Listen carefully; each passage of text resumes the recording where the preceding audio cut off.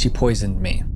The story is about a boy named Ethan who says a witch tried to kill him when he was 6. Here's how it happened. When Ethan was 6, he lived with his parents in a rundown apartment complex. The neighbors got along. Then Mrs. Fitch moved in next door and the trouble started right away. For some reason, Mrs. Fitch clearly didn't like Ethan, and Ethan didn't like her either. He said he felt an evil presence around her. Every weekend when Ethan rode his bike with the other kids, Mrs. Fitch would stand in her doorway glaring at him. She would mutter things under her breath like she was insulting him. No matter where Ethan went, she always seemed to be nearby watching. Then strange stuff started happening. Now, I can't verify this, but according to Ethan's story, at night Ethan's rocking horse would move on its own. Dolls around the house would open and close their eyes. Ethan couldn't shake the feeling that Mrs. Fitch was behind these creepy experiences. One evening, Ethan and his mom got locked out of their apartment. His mom knocked on Mrs. Fitch's door to ask if she could borrow her phone to call for a spare key. But when they stepped inside Mrs. Fitch's apartment, they were creeped out by what they saw. Mrs. Fitch's walls were covered with multiple upside-down crosses and strange-looking masks with horns. Shelves were crammed with bottles of strange powders, and lit candles were scattered everywhere. It seemed like Mrs. Fitch was practicing dark magic.